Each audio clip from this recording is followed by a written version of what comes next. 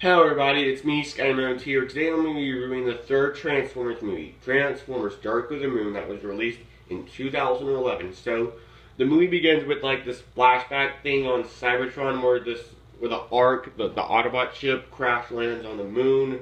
And like it takes place during the very first Apollo mission, and then they see the Ark. Then we cut to present day 2011 where the Autobots, not that yet. We cut to Sam and Carly because Michaela was written out of Dark of the Moon, and there's a reason why. That being, Megan Fox compared Michael Bay to Hitler, okay? And she was written out of the movie then. So she was replaced with Carly. And yeah, after this we then cut to the Autobots where we got Wheeljack and Dino for the first time. Then after this, there's like a Shockwave battle with Shockwave at this area with the Driller. Then we get this like Lennox asks Optimus what this thing is, like what is it about, and then they head back to the Nest base where they learn what it is, and they go to the moon to the ship where it crashed, and then they find Sentinel Prime, who is voiced by Leonard Nimoy. Then after this we cut to Africa, where we see Megatron is taking on a new mode, and that being an Earth mode track. Yeah. Anyway, we then meet the more Decepticons, Starscream and Soundwave and Laserbeak. Barricade actually makes it back in the movie, but doesn't appear until later on. After this, I can't think of what happens next. I think we go back to the Nest base where they resurrect Sentinel with the Matrix of Leadership. After this, we then cut to this field, I think, I don't remember, where Optimus and Sentinel are discussing everything and such. Then after this, I think there's like a highway battle where Boneley, Dino, Sideswipe are getting chased by the Dreads.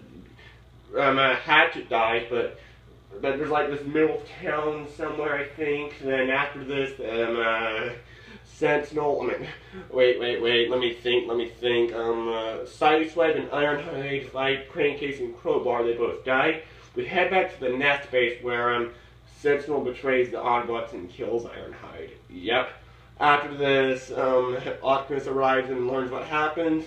I think we cut to nighttime where Megatron and Sentinel are at the monument at Washington, D.C. Megatron removes Abraham Lincoln from the statue and sits in where it originally was, which is an homage to G1, by the way.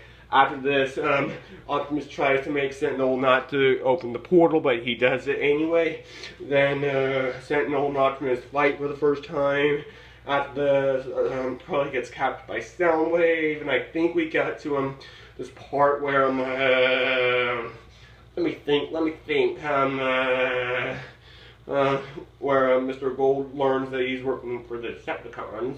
After this, we then say that the Autobots have to go because I can't remember why, but unfortunately it's just a trap because Starscream makes it look like he killed the Autobots, but when really he did not. After this, we cut to Chicago where a battle ensues where all of the Decepticons that are through the portal attack Chicago.